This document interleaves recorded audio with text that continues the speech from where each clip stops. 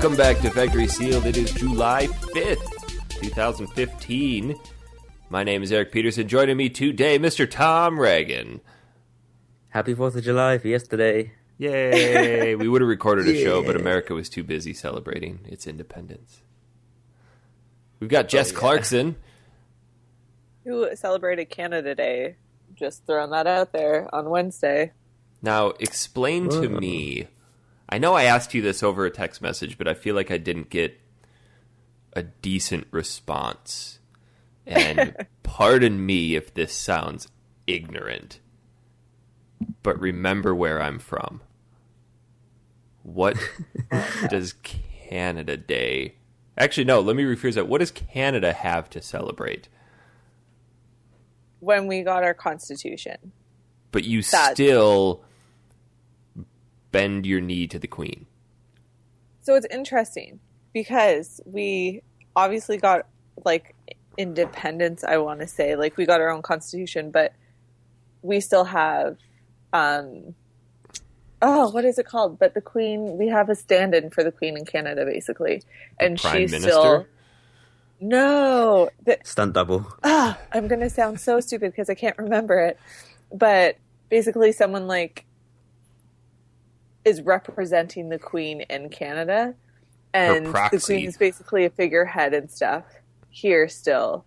So even like the Queen. So she's a figurehead for a figurehead. Yeah, basically. So does that make her twice as worthless? Yeah, I guess so. I mean, that's kind of like... The Queen at this point is kind of like the Vice President of the United States. Just doesn't do anything. Well, no, like, less important than that. Nothing to do with our government, but we still have, like... I don't know, we still have commonwealthness within the country for show, I guess. Explain to me, I have a question regarding the Queen, and maybe Tom is a better person to answer this. So when we want to sign a new law, or sign a new bill into law, it goes to the president's desk and he signs it. The Queen does absolutely nothing with the government, does she? Like, does she sign anything, or does she like, hey, we're going to start doing this? As far as I'm aware, the only involvement the Queen has is when a new government is formed.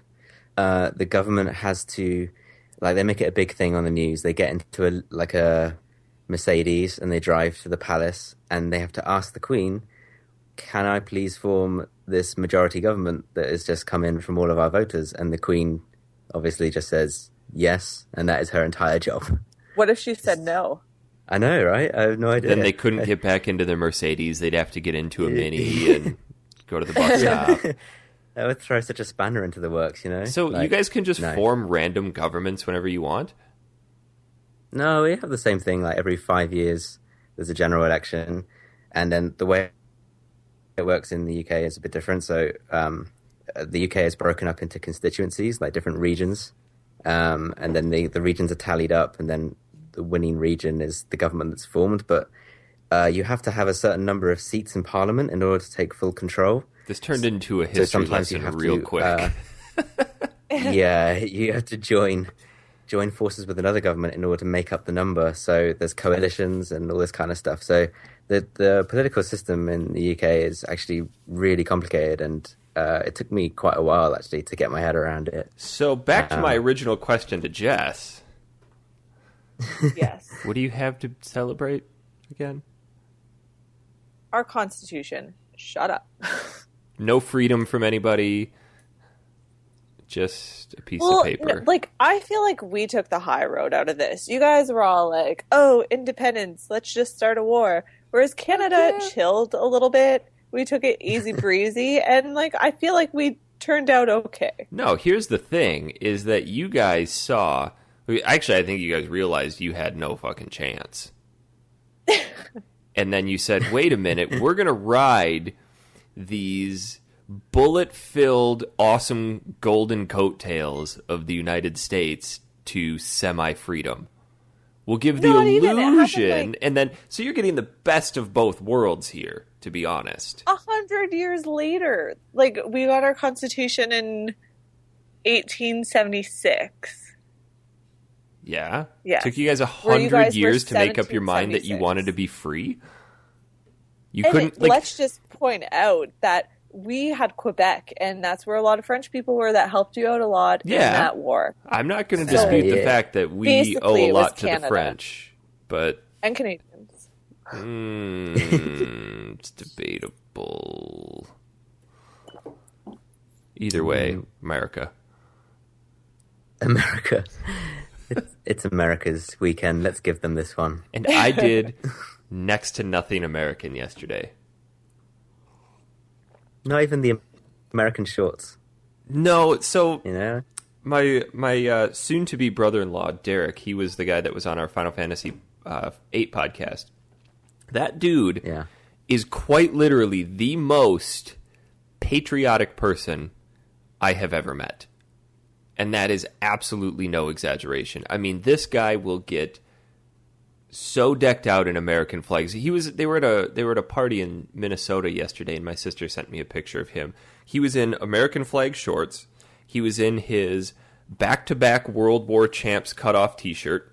He had taken like 50. That exists. Yeah, he had taken like 50 of those mini American flags, took the sticks off of them, sewn them together into like a sash that he was wearing. He had American flag ball cap, and the whole party they're singing Toby Keith America songs, drinking Bud Light, or just getting, enjoying freedom.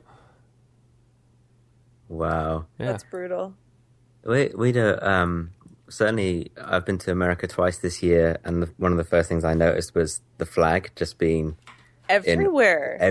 Just and especially in New York City, it was just everywhere. In the UK, like you just won't see flags anywhere. But where I am in Northern Ireland, which is part of the United Kingdom, there are Union Jacks everywhere. They're like very patriotic. Well, I suppose they also have. Well, that's very like historically touchy too. It's to do with because there's also the flag of Ulster, like the red hand of Ulster, which is like a very much a Northern Irish kind of Catholic flag. So there's a lot of like certain neighborhoods are more heavy on one side of or the other in terms of religion, so it's a bit different. But it is strange, like still coming to the UK, and then it's like it's got big differences in that way, in levels of nationalism. Do you have flags outside like buildings? Like we have them outside of like schools, universities. Not really. Not outside schools or universities, that's for sure. Maybe, I don't know, not even sporting events or anything. But we do have them at train stations like London, Waterloo and Victoria, like big, grand, royal train stations. Do you guys sing a national anthem before your sporting events? Only if it's an international sporting event, not if it's a club. One of the first things I noticed, I went to watch the New York Islanders play the Buffalo Sabres, and somebody rolled out with a microphone and sung the national anthem for USA, and everybody stood up and put their hand on their chest, and I couldn't believe what I was seeing. The patriotism in this country is no joke. Every sporting event, we will sing the national anthem, even down to the high school level. Really? Yeah. Wow. Before track meets, we would do it before baseball games, basketball games, football games. Like high school games. Yeah. And then it's at college, it's in the major, it's everywhere. You just, for any reason for people to sing the national anthem, they'll do it. Wow. And that's the only way you will ever get that entire stadium to shut up for 2 minutes. And everybody shuts up. But you guys also do the like Pledge of Allegiance in school too, and that freaks me out a little bit. Why? Because it sounds so culty. Everyone's saying the Pledge of Allegiance at once in like a monotone, I'm not thinking for myself type of voice. It's a little you just got to make sure everybody is as patriotic as everyone else. America, love it or leave it. You don't like it, go home. Yeah. Go back where you came from. But Canada has really fucked up recently with the go back where you came from. Because we have a conservative majority government right now, so they can basically pass anything because they're the majority government. Nice. And they passed, it was like Bill 58 or C 58, I don't know.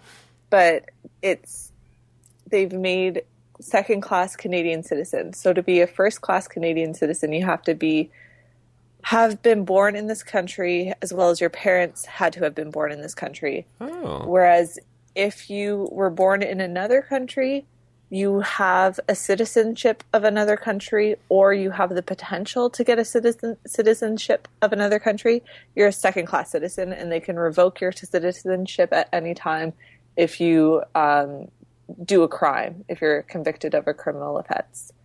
Do they actually use the terminology second class? Yes. So my Wow. mom, because my mom was born in Scotland, I have the ability to get my British citizenship, which means that I'm now a second-class citizen, even though I've lived here my entire life and was born in Canada. It's crazy.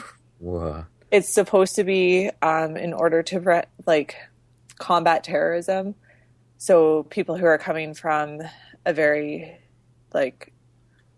intense country and coming here having citizenship, they can take it back, so they have to go back to their country. But it's totally unconstitutional. It's insane.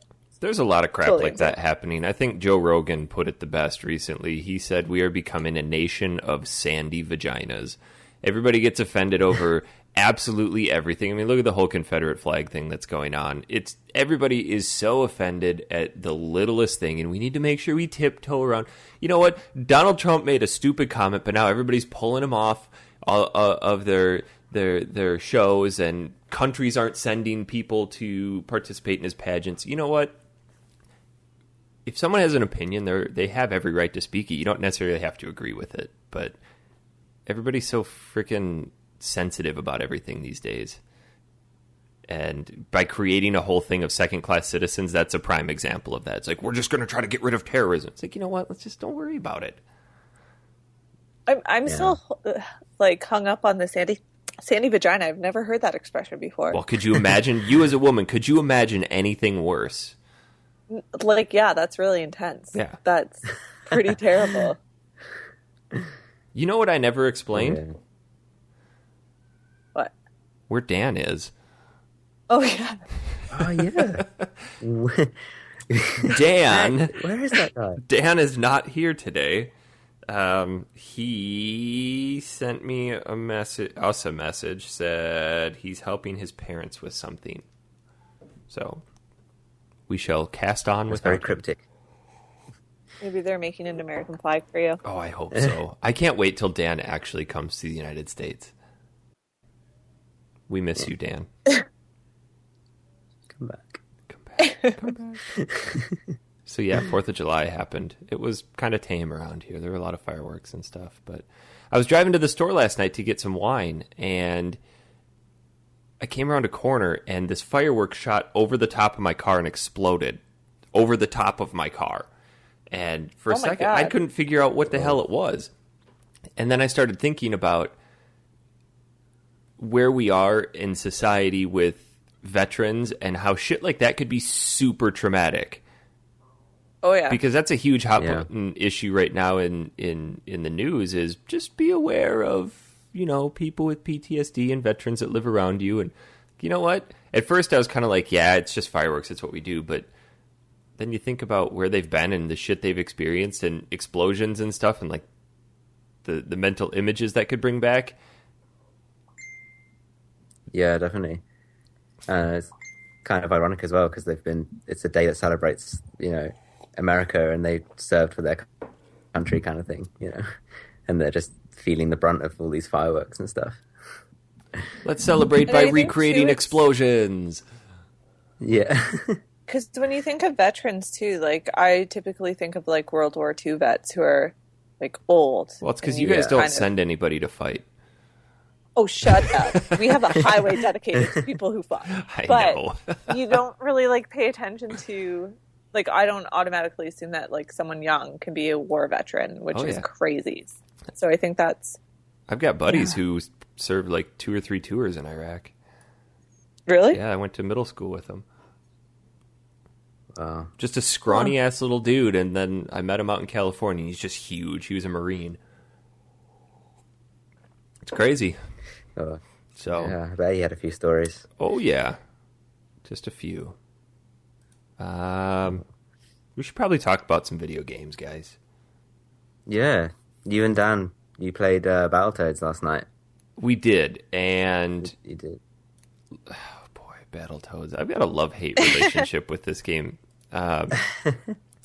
We were trying originally to play the NES version, and Yes. I worked for about a day and a half trying to figure out a way for Dan and I to play NES games online together.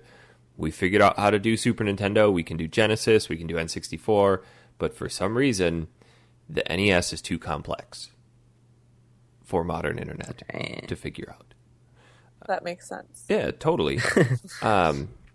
So we ended up settling for the Super Nintendo version of Battletoads in Battle Maniacs.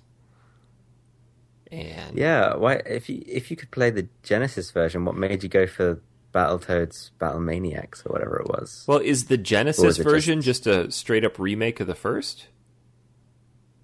If Yeah, you played it's- it, you would it's- know. Yeah, it's a port of the NES version. Are you serious? Yeah.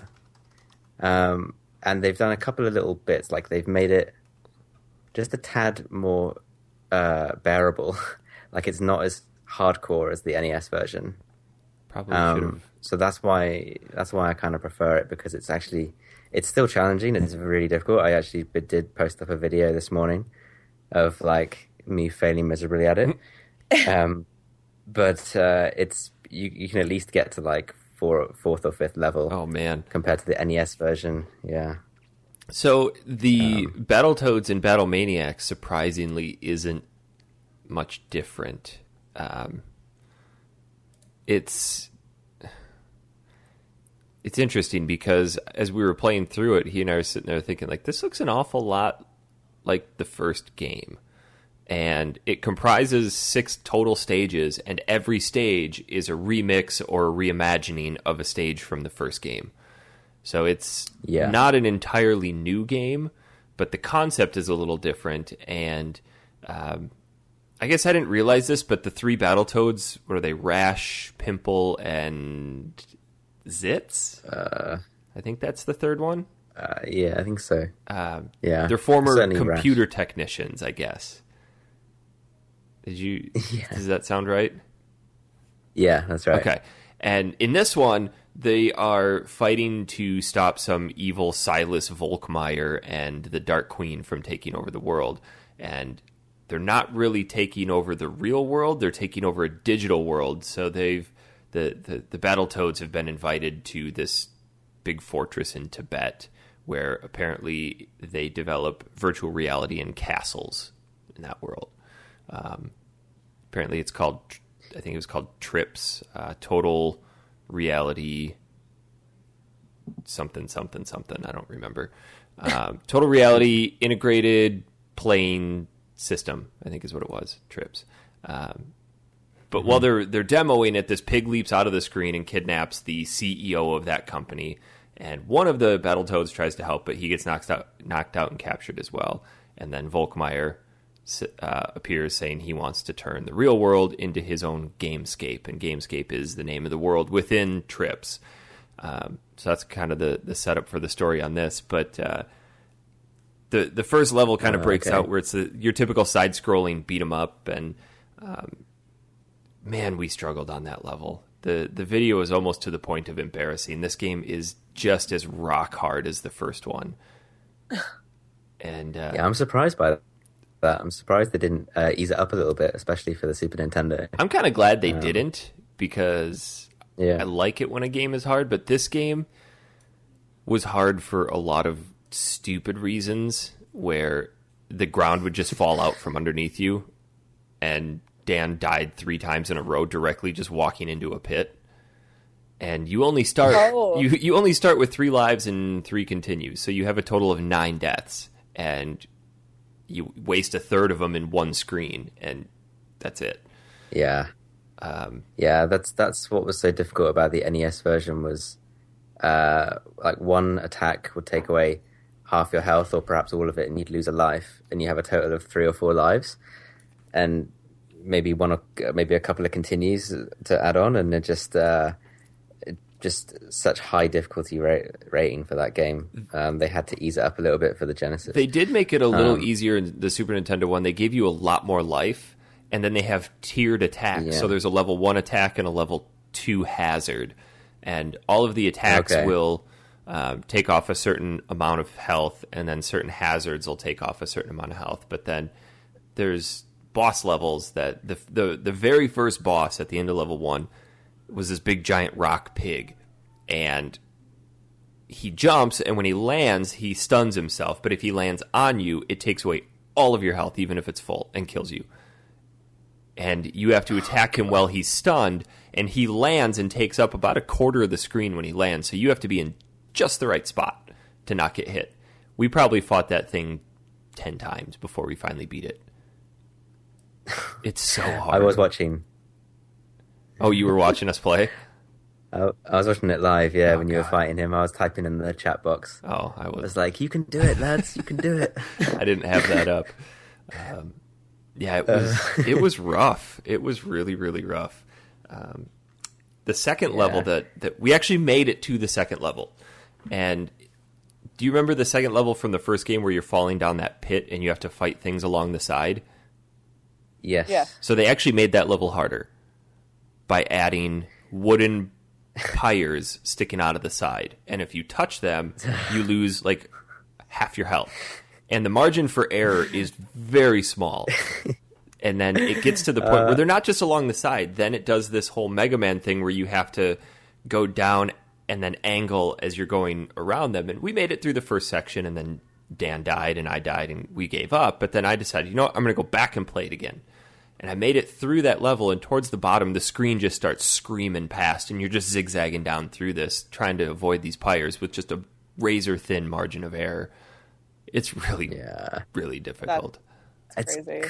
Classic Battletoads. Like, timing and precision is everything. Yeah. And then you end up having to memorize levels. I mean, I guess Mega Man works like that. I've not really played a Mega Man game, I have to admit. But it's that kind of... even just like softly pressing jump just to kind of jump between a spike and a part of the wall, like that kind of thing.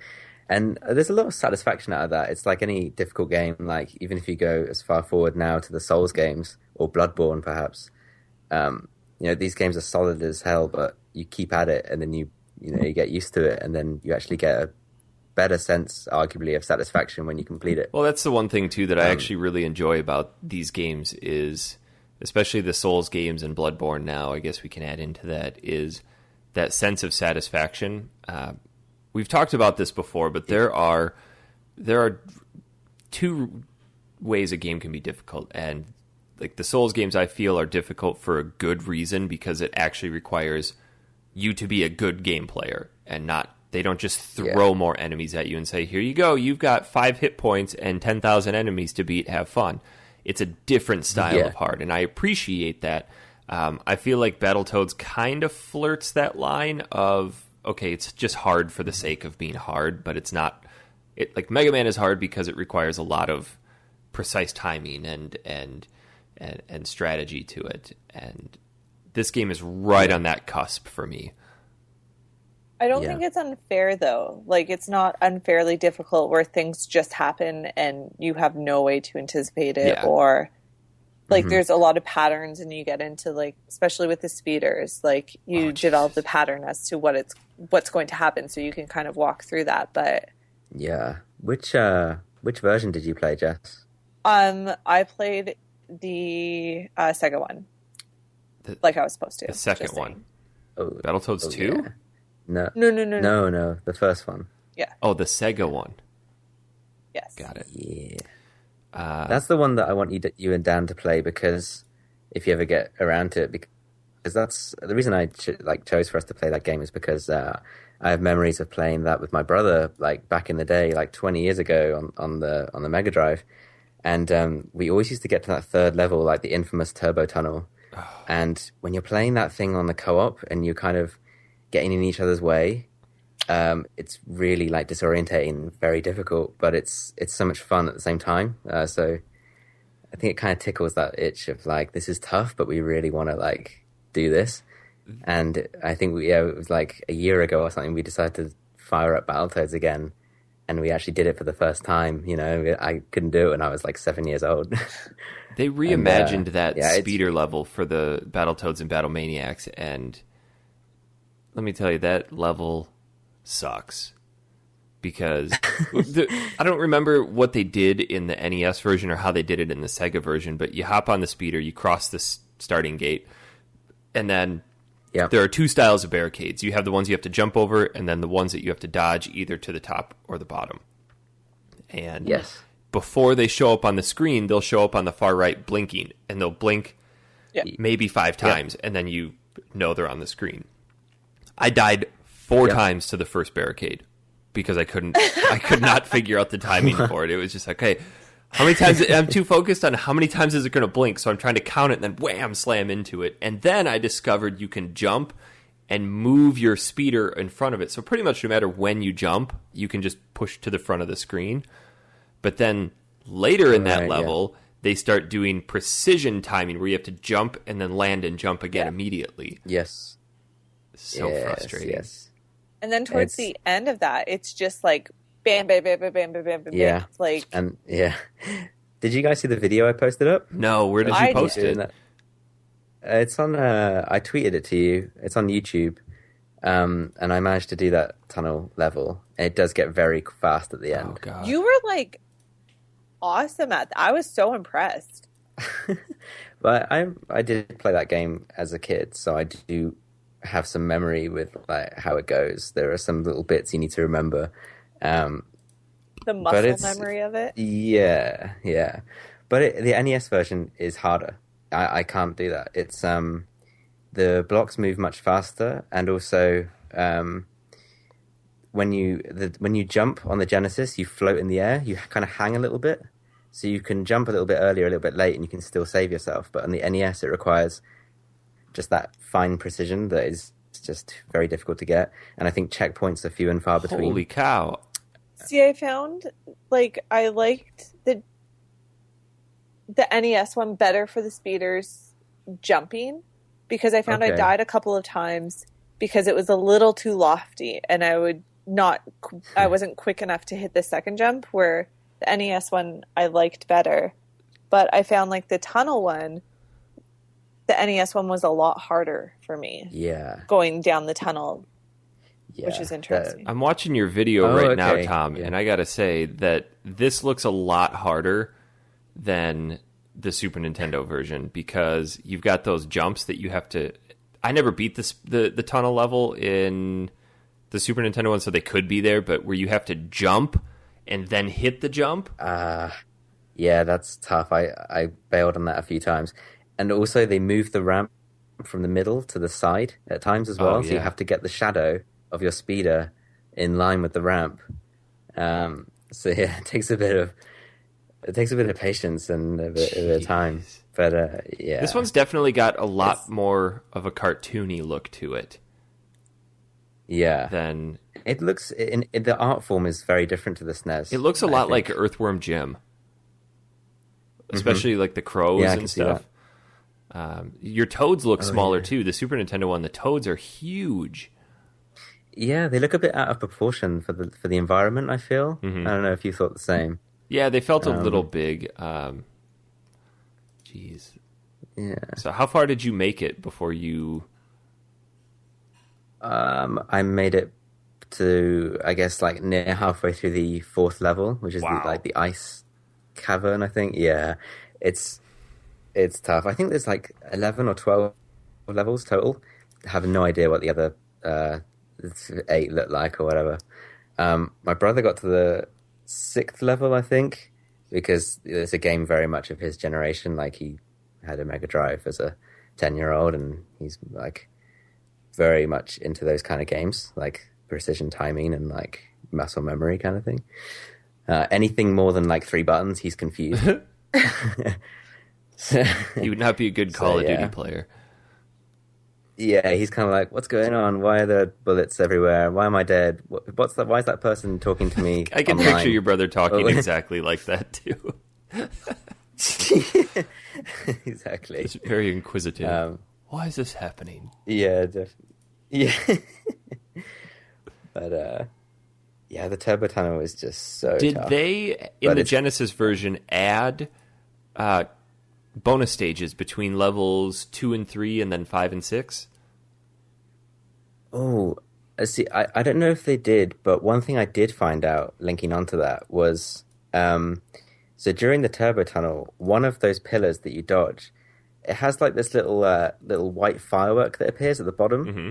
And I always wondered what that was. It's just this one little flurry of like particles. And I always ignored it. And then I watched someone else do the turbo tunnel on YouTube. And I noticed that if they collide with that pillar, which is halfway through the level, you actually skip 2 levels. You warp to the 6th level. What? Really? And I was like, no. It's like a Mario Like, whistle pipe. Yeah. That's crazy. And I was like, no way. Like, you skip like the ice level, which is fucking hard. Yeah. Like, it's just so unforgiving. Like, random snowballs appear out of nowhere and hit you when there aren't even enemies. Huh. And like just giant blocks of ice fall from the top, and of course it's ice, so your character's sliding around and you have to avoid spikes and stuff. It's just it's so difficult.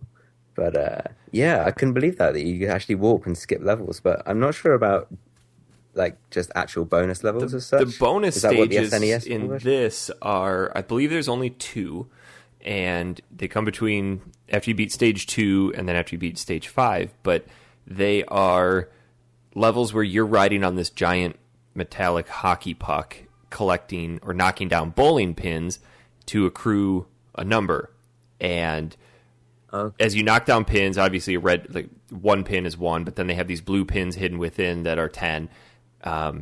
If you get hit by an enemy or a barrier or a steel bowling pin, you lose numbers. And basically the way it works is that when you either die, the level's done, and they just take the number that you have right then and there. I don't know if the level continues. It just goes on forever.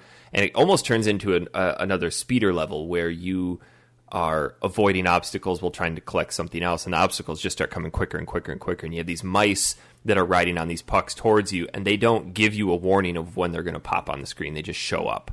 So you have to try to avoid them there, and if you hit them there, you lose pins. But they're okay. I mean, they're not they're not super difficult, but I just thought it was an interesting they addition. throw a bit of variation in there. I feel like I never I've never seen that. So do you have to have a certain amount of points? Because I just don't think I ever made that. I think it was something that they only added to the Battletoads and Battlemaniacs. Oh, okay. How far did you get, Jess? Without save states, maybe like to the 2nd checkpoint of the speeders. That's all the further I made it to. Oh. And then with a save state, I got towards like right before the final checkpoint before I gave up. So Okay, I have a secret to admit.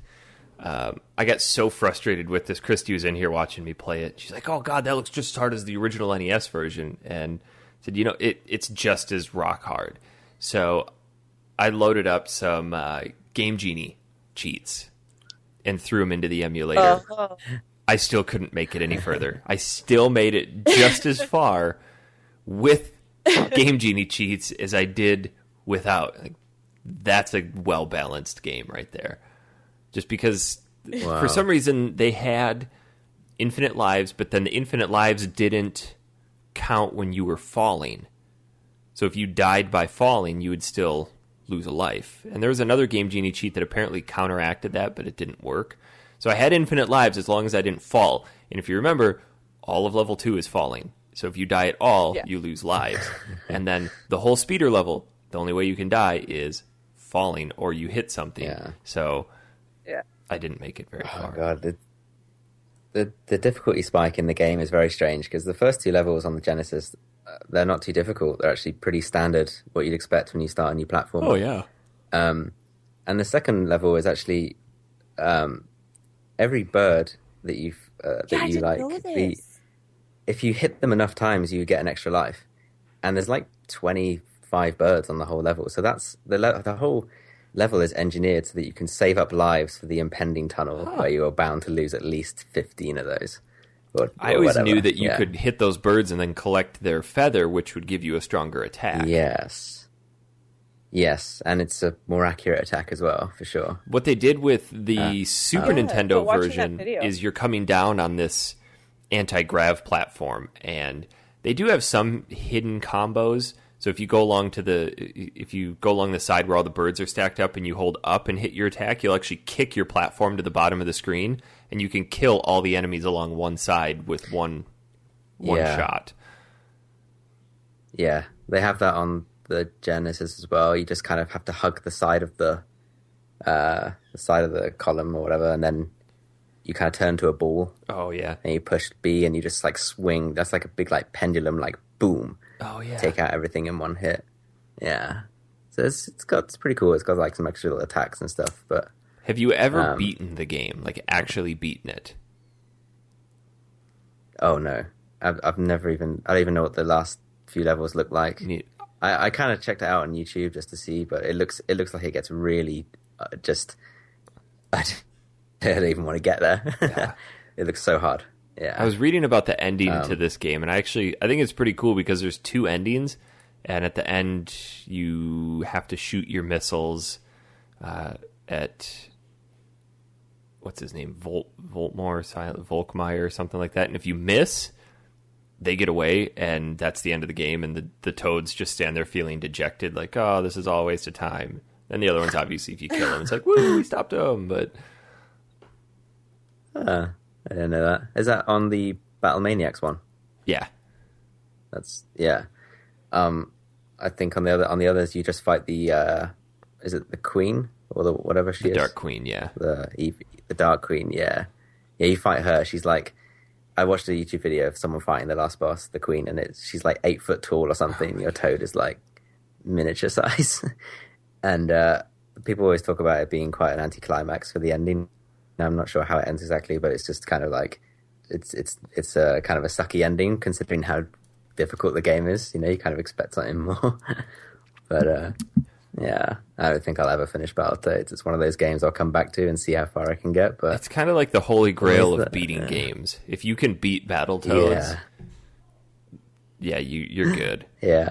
I remember I had with a crown or something. I think I still have the original Game Boy cartridge for Battletoads. And that's where I was originally introduced to it. And that game, even on Game Boy, was friggin' rock hard.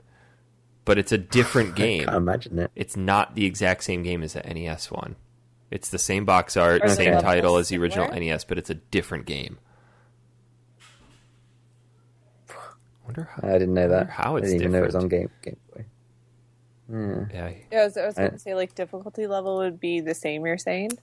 Oh, it was so hard. I didn't make it very far in the Game Boy version. I mean, it's still kind of the same. It's the same concept. I'm trying to see how many they. Oh, it says it only has 8 levels instead of 13. I honestly had no idea how many levels Battletoads has because I have not gotten past the 3rd one. They didn't. They kind of this series kind of died. When's the last game that they made?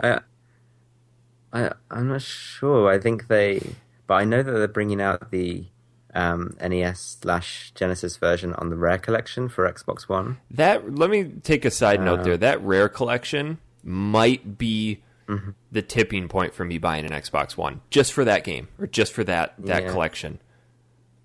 Yeah, I was thinking the same. It's really cool.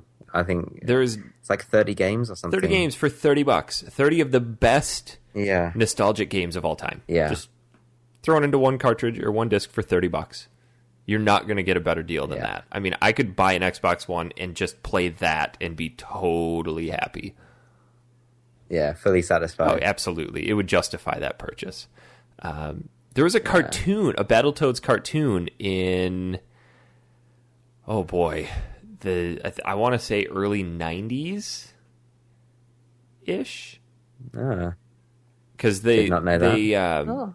The Ninja Turtles cartoon was really huge, and they kind of wanted to capitalize on that too, but it didn't make a full animated series. It only had...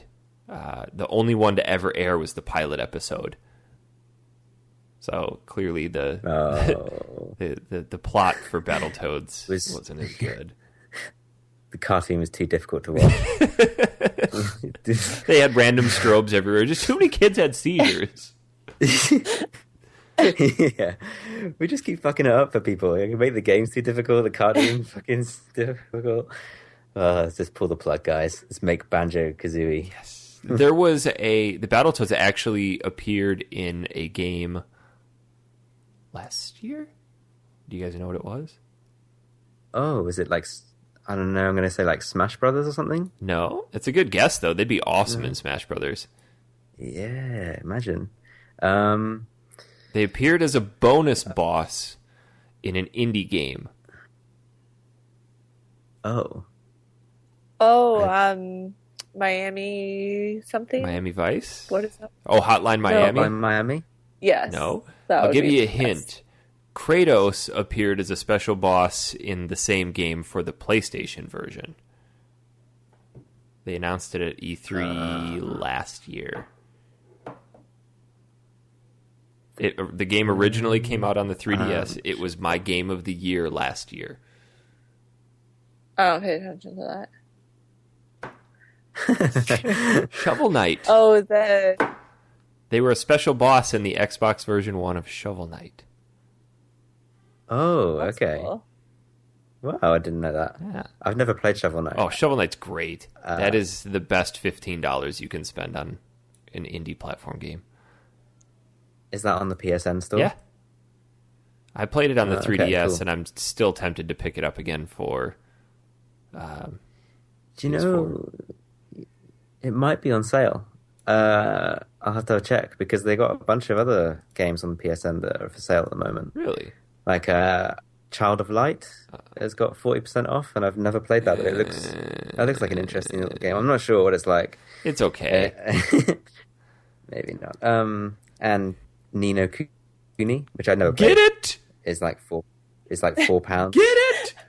That is the best. Is it worth my £4? £4. Oh, dude, the game was worth $60. That game is great. Really? Okay. Even ask Dan. That game is awesome. Even ask Dan. Yeah. Can we just go back to how high pitch your voice went for a Get second? it? I think that was... Like that? Yeah. Okay. Yeah. Back from my show choir days. I am sold. Oh, God. You'll spend... That game, Tom, is clearly... It's easily a 70, 80-hour game if you want it to be. I hit 40 hours into it, and I still haven't beaten it, but I hit 40 hours, and I assumed I was kind of nearing the end. So I told Dan, hey, without spoiling anything for me, how close am I to the end at this point? And he goes, once you get past that part, the game just opens up. And then there's just Oh my God. tons of stuff to do. It's really, really cool. If you like the Studio Ghibli style animation, you're going to freaking love this game. Yeah. Okay, what's the kind of gameplay like in terms of battle system and all It's that a kind of cross stuff? between a traditional JRPG and Pokemon. Oh. Yeah. Oh. So you have random encounters where you can see the enemies and run into them. And then within that, you're in kind of this battle arena where you can move around and change your distance to the enemies, and then you choose your attacks kind of like a sub-menu based JRPG, but then you can cast or you can call forth different characters or different enemies that you have in your arsenal. One of the characters has the ability to enchant your enemy, so any enemy you come across, you can essentially enchant and capture and have that in your arsenal as a character to fight for you. It's really complex and super deep, and then you can upgrade those different enemies, and then you can morph them into new things. So if you've ever played the Dark Cloud series where you can synth your weapons, it's that, Yeah. but with characters. So you can feed them different, like cake or different meats, and that increases different statistics. And then once you increase them far enough, you can morph them into one of two. You can go down this tree of which way do you want them to go, and depending on which way you choose, they turn into different things. And Cake. it's awesome because it reintroduces the old concept of the overworld map, with all these little miniature towns to go explore, and the voice acting is top notch. Okay, awesome. That sounds good. I think for £4, for $4, you'd be stupid not to at least try it.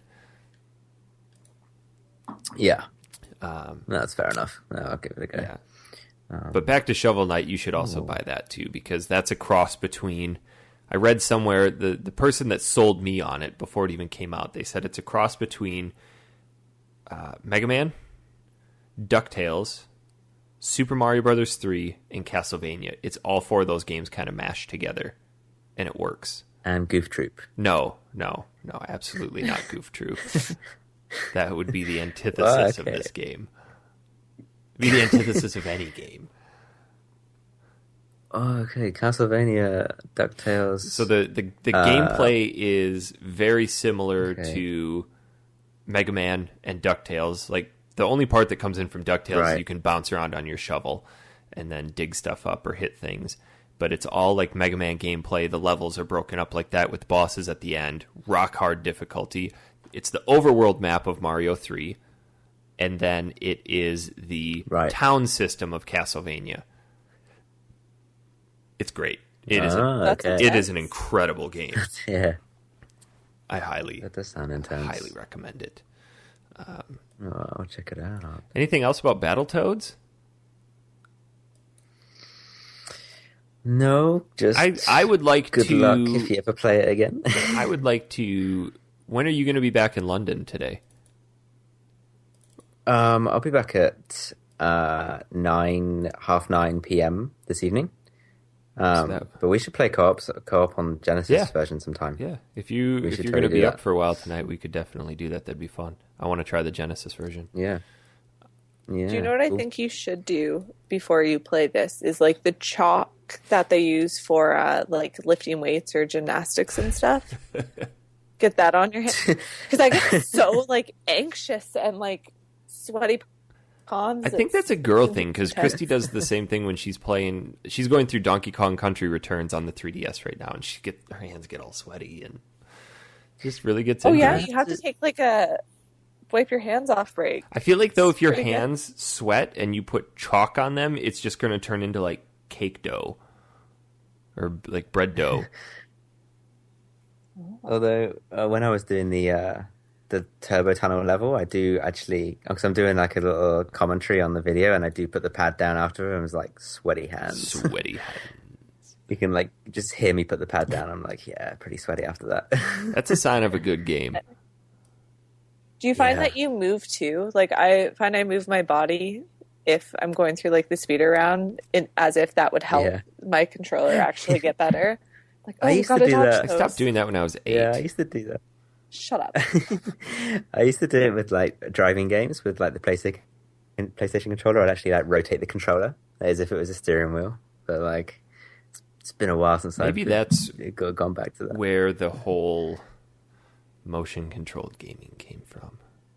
Just watched people. Nintendo looked at it and went, they're on to something. What if that actually did something? That's crazy. Did you guys play anything else? No. Nothing. I played co-op Rayman Legends with my girlfriend. It is such a good game. Rayman Legends Seriously, that is one of the best. Actually, no, I haven't played. I haven't played Legends. I played Origins. Legends is more. It's more of the same, but from what I've seen, it's a lot of like music stuff.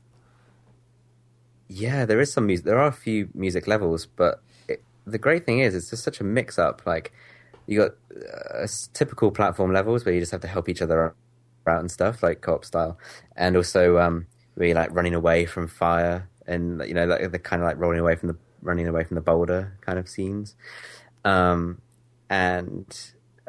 it's really good fun because my girlfriend's not a gamer at all. Like, she's like self-confessed really bad at games, and if you die though, like if your partner dies, you know, the level doesn't restart or anything. You just have to basically jump into them and save them. So it's really good for her because she can carry on playing the game, and it kind of removes that element of frustration.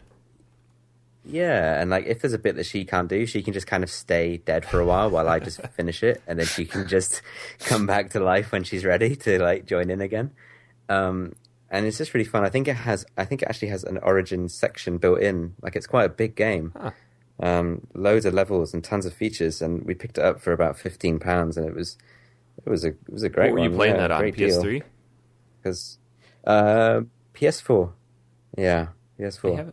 I feel really like you could really screw your partner over with that. Like, here's the hard part. I'm going to die. Good luck. Yeah, she did that. She'd get like swamped by the fire, and basically what happens when you die on that game is you kind of swell up to look like a balloon berry kind of thing, and you can float around the level, and you just have to float into your partner to then come back to life. So she'd be floating along the top of the screen while I'm like dodging burning buildings and like cascading around rope bridges and avoiding like rocks and stuff. Like, I'm fine, don't worry about me, I'll finish the level without you. Like, I'll meet could you do at with the your end. help. Yeah. Meet you at the end, yeah, she says that. Meet you at the end. Yeah, but that's a great game. It's an absolute blast to play with somebody else. That's why we bought it, because I just basically Googled best co-op games PS4, and that was number one match. So Yeah, because that's challenging too, finding like a really good co-op game. yeah. Oh, do you know what? We bought. I couldn't believe this, but my brother bought a PlayStation 3 just to play Tekken Tag Tournament, and so he's like, "Oh yeah, bring your controller around and we'll play Tekken," because we used to play Tekken 3 all the time when we were like teenagers. And then I brought my controller around and we loaded up Tekken, no versus mode, no local versus, Really? online only. Yeah. And I was like, "Are you shitting me? This is a beat 'em up game. There's like nothing better than playing a beat 'em up game next to each other." Like, It'd be like Mortal Kombat Just- not having local 2-player. That's insane. yeah, I just couldn't believe it. My brother was like, "Well, this is a piece of shit," and he bought his PlayStation for us to play. That sucks. Well, there's different Tekken. Tekken games you could buy for that, isn't there? But that would be super disappointing, though. Yeah, and I think it was the only Tekken game for the PS3 at the time, and that was the one we wanted.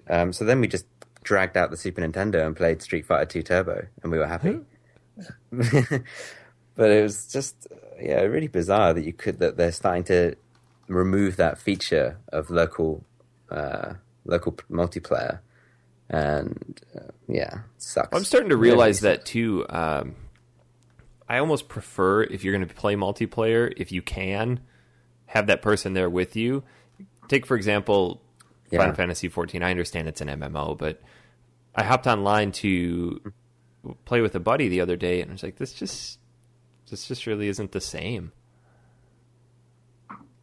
Yeah, no, it isn't, is it? It's like, the great thing with the beat 'em up is then you can like it's like that classic case of one of you's kicking the other one's ass, and he'll reach over and try and press the buttons for you, like fuck up your game, and like it's just a hoot, like, and you can have beers and stuff, like it's just so much more social and better. Like, I don't know. Because I grew up playing Mortal Kombat with my sister, and it was the same thing, just giving each other shit because she would only learn one move for Sub-Zero, and I could not defeat it. And it just came into this whole... there's that whole couch trash-talking aspect to it. And well, certain games, totally. I understand, are better played online, but I miss that couch co-op. And that's kind of why I'm looking forward to down the road when my kids are old enough to sit and play games with them co-op. Yeah, absolutely. My sister would also like hit the restart if it wasn't going her way either. Oh, jeez. Oh, sorry, I didn't mean to do that. So true. Yeah, I remember if you kicked, or not, like even if you just tapped your foot on the Nintendo 64, it would freeze. You sound like you have a defective 64. Yeah, I've never toe-tapped the N64, so I don't know. The NES that I was playing with Kevin when I was up in Canada was so sensitive that if you were sitting on the floor and you shuffled a little bit, like just readjusted how you were sitting, it would restart the system or freeze it.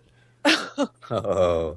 So we were playing Mega Man 2 and got to Dr. Wily's castle, and somebody moved and it just went and locked up. That sucks. That sucks, man. Yeah. Yeah, I think it was a bit of a forceful tap, you know, like you give it a good little kick and it would stop, like it would just freeze. We play 4-player Perfect Dark or something, and it would just be like the music would still be playing, but everything's completely halted. Yeah. Huh. Good times. Yeah, I didn't get a chance to play anything else this week. I've been too engrossed with Final Fantasy XIV and still trying to trudge through Legend of Dragoon. Oh, yeah. When are you guys doing a show for that? God, I have no idea. That game is, without ruining too much for the other show, that game is real hard to get into. It just does not have the same addictive qualities of a Final Fantasy game, of which it's clearly trying to emulate. Oh, totally. I'm looking forward to your show about it because I would like to chat to you about it. Because it is an interesting. Have you game. Played it? Yeah, I got to near the end of the 4th disc. Okay. And then I kind of stopped, and I'm like every now and again I pick it up, but it's getting a bit of it's quite arduous, you know, getting through it. It's very arduous. You can't level grind. It's just a slow. Yeah. Oh, you definitely can't. Trudge to the end. It's like running a marathon with cement boots on. Yeah. Yeah. It's a great way of describing it, and I think it's just I mean, the reason it just didn't do so well was the localization was so poor. You know, the writing is really bad. Some of the script is just, you know, it's like playing a Genesis game or something, localized Genesis game. Yeah, it's pretty rough. An interesting one though for you guys to play. Can all be good. No, definitely can't all be good, but we will need to find something good to play next. Yeah, you should play Trails of the Sky. I'm quite keen on playing that. Yeah, I have that right now. It's in my backlog to tackle during the summer lull. Yeah, I picked up Final Fantasy X for the PS4 as well. Oh, that's. But I haven't played it yet. Have you played 10 before? I played it on the PS2 when it came out, but I probably only got like 15 hours into it or so. Jeez, that game's so good. Yeah, so I'm looking forward to playing it all. I've totally forgotten it. I cannot remember anything that happens in that game. So, I've got it on the shelf ready and waiting when I get around to it at some point in life. I'm still so tired, and it's like 11 o'clock. In the morning? Yeah. Oh, wow. Yesterday, I like slept until 10:30. I didn't get out of bed until 11 o'clock. Because we went to the bar the night before. And like, I'm old and like my like 11 o'clock bedtime. And I was out until 2 o'clock. It was terrible. Oh. I just had a cup of tea and went to bed at 10 o'clock. That was That's my like event the best Saturday night. evening. Yeah. And I was so irritated too because Andrew was out on Friday night. So I could have had the house to myself and just like hung out and played something and like be in pajamas. No. Yeah. Worst decision. When you playing Fallout? Yeah. Yeah, I did. And then I kind of stopped. It's kind of like backburnered right now because I've been playing Fallout 3. Yeah. I barely played Fallout 3. Yeah. Because I should get back into it. Yeah, I bought another copy because our Fallout 3 I lent to my future brother-in-law, who I've been like, hey, can we get that game back if you're not playing it? I think he lost it. So I just bought a used copy. And then I was playing like hanging out with Liberty Prime the other day, close to America Day. It was pretty good. Eric, I thought you'd be impressed with that. With Liberty Prime? In Fallout 3. I don't know what you're talking about. He's the big robot that you use to help destroy the Enclave. Oh. But he's hilarious with like YouTube Liberty Prime, and his like what he says is hilarious. Like it's always like democracy isn't a choice. Something about like it. He was used to defeat Chinese armies, so he's like better dead than red. Communism is like it's so funny. It's like super America. Yeah. America. It's really good. Sneak Wars. Trainers. Oh, I've done. I think it was New York Times or something on their website. They have a where is your accent from, I guess, in America. So based on like how you pronounce words, it'll tell you like very localized where you're from, I guess, which is really cool. I got Seattle. I always get the Midwest. Yeah. Because that's where I'm from. Makes sense. Yeah.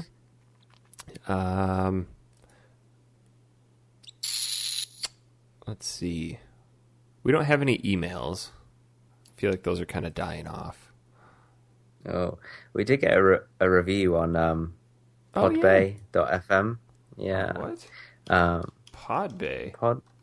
Yeah. Huh. A guy just said he was like, he was talking about Shadow Hearts for the PS2. Mm-hmm. Wondering if any of you guys have played it. I've played it before back in the day. I do have it, but it's an interesting RPG. Shadow Hearts. Yeah, it's really cool actually. I'd quite like to get back into it. I just brought my PS2 over to Ireland to live at my mum's place because we don't have a console here, and it's when we go back on holidays, it's nice to have something to play. Huh. It looks cool. Yeah, it is. It's a good game. I'm not sure about what one of them isn't very good. Like the second one or the third one, I can't remember which one. I think one of them didn't get a Europe release because it just didn't do very well. Oh yeah, but the first game is worth a go for sure. Is there a giant cat in it? In one of the pictures, there's a giant cat, and I'm really excited. Oh, I think there is. It's been a while, but that does ring a bell. You don't forget giant cats easily. Like 100%, I'm all over this now. What kind of game is it? It's a JRPG. Oh Jesus, I don't have time to take on another JRPG. Yeah, it's one for the library and to revisit some other time. I think it's actually on sale on the PSN right now. It looks familiar. Oh, cool! I don't think it's on PSN for Europe, but it may well be for North America. You guys get more JRPGs than us. Yeah, for sure. We appreciate it. Yeah. Ooh. Speaking of reviews, if you guys would be so kind as to pop on over to iTunes, drop us a review, we'd be greatly appreciative. I didn't realize we had unpaused, and I was like, oh my god, are we forging our own reviews now? Like, no. Getting a little Voldemort Towers up in here. Why, did you forge a review? Didn't you? No, why would I? Because I was told to. What? Like, so on, like, I'm pretty sure I went on Alexia and forged stuff. Like, oh man. Oh, for I was Voldemort like a Towers. Spammer. Yeah. Oh yeah. No, not factory sealed. Oh yeah, I remember being asked to do that and saying no, not doing that. Yeah. I don't have as much morals as you do, apparently. I guess not. I remember when Lord Voldemort interviewed me. God, that sucked. You remember that, don't you, Eric? Yeah. What a turd. Yeah. No, yeah, we definitely need some iTunes reviews. So, and honest ones, if you think we, need to work on something or you have some suggestions, just put them in. I think we've taken all of our criticism and turned it into, at least taken it to heart and tried to change something. Yeah. What should we play next week, guys? I feel like we should play a Game Boy game. Ooh. Are there any kart racing games on the Game Boy? Oh, you know what? We still have to do that. Let's do our kart racing episode for next week. Yeah. Let's make sure we're going to compare the following 3 games. Okay? Mario Kart 64. Okay. Boo. Diddy I'm all Kong. over it. Diddy Kong Racing, Boo. and Crash Team Racing. Now, I feel like, it's good because we all have our favorite. And exactly, they're different. and I think it's going to be great. So, here's the thing. Jess, you've obviously played way more Mario Kart than any human probably should. So, therefore, you shouldn't play much Mario Kart this week. Where you should really focus your attention, I'm going to say, is Diddy Kong Racing. Diddy Kong. Because let me give you a short insight into my explanation for next week. Diddy Kong takes Mario Kart and makes it good. With a storyline and dozens and dozens and dozens of different worlds and tracks and an adventure mode and different vehicles, where Crash Team Racing takes Mario Kart and makes it harder. If that makes sense. Yeah. So I feel like I'm so using the hashtag Team Mario Kart. I've played way too much Diddy Kong, so I'm going to play a lot more Crash Team to really gain an appreciation for that one. But those are the three that we're going to compare. Tom, which one? You've played mostly Crash Team, right? Crash Team Racing, yeah, that's the one I played to death as a kid. Diddy Kong I've never played, and Mario Kart 64, yeah, I've played it a bit, but my thing with Mario Kart is just the fact that you can fall off the edge. That's what I hate about it. You can't do that on Crash. So since Diddy Kong... I'm really good at falling off the edge. Diddy Kong is probably the biggest of the three, so I'd say get a good amount of time into that one to appreciate it the most, because at the beginning it kind of chugs a little bit, but once you start getting into the better levels... Yeah. I feel like this is your bias talking as well. It is. It's totally my bias. I mean, you could try to talk me into Mario Kart 64, but it's not going to happen. Yeah. So. I will play Diddy Kong. I'll focus on Diddy Kong. Make sure you play Mario Kart, though, too, so you can come into it and appreciate it. But yeah, those three games, yeah. Diddy Kong, Mario Kart, Crash Team, next week. Sound good? Cool. Oh, yeah. I don't think I have anything going on next Sunday. No, I don't. It's in a week and a half. Okay. That's going to do it for the show this week, unless you guys have anything else you want to chatter on about. No, I'm good. No? You good? I'm good. All right. If you want to send us an email, factorysealed@manatank.com, or you can find us on our Facebook page or Twitter. Jess, where can we find you on Twitter? At I am a Jess. Tom. At Hyperjelly. Oh, switched it up. I thought Hyperjelly was your pseudo business one. It's the business one is hyper_jelly. Ooh, look at this guy. But I'm just going for the Hyperjelly. That's the one to follow if you want to hear my thoughts on bullshit. All right. I'll plug Dan, since he would appreciate that. You can find Dan at Frosted Sloth. You can find me at Honest Pizza. That's going to do it for this week. We will see you all next week.